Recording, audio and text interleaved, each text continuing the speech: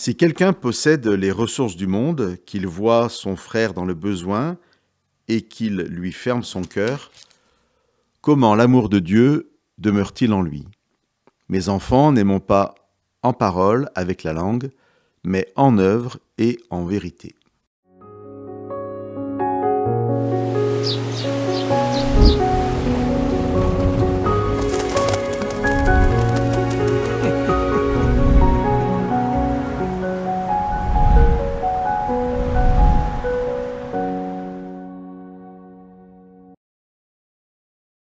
La traduction que je vous ai lue dit qu'il ne faut pas fermer son cœur à celui qui est dans le besoin.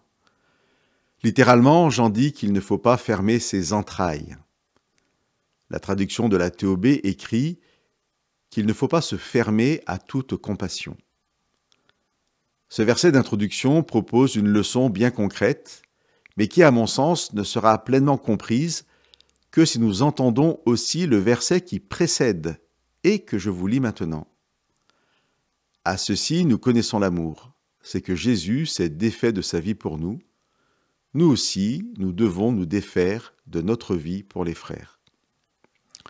Réalisons aujourd'hui, s'il est nécessaire que nous nous en rappelions, que c'est bien Jésus, le Fils de toute éternité, celui qui possède les ressources du monde et de l'univers, qui, le premier, n'a pas fermé son cœur, n'a pas fermé ses entrailles, et qui, nous voyant dans la détresse, nous a aimés en œuvre et en vérité, en se faisant homme et en venant vivre parmi nous.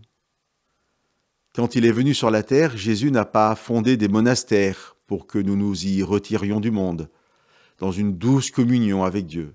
Jésus est venu inventer un chemin pour que nous le parcourions.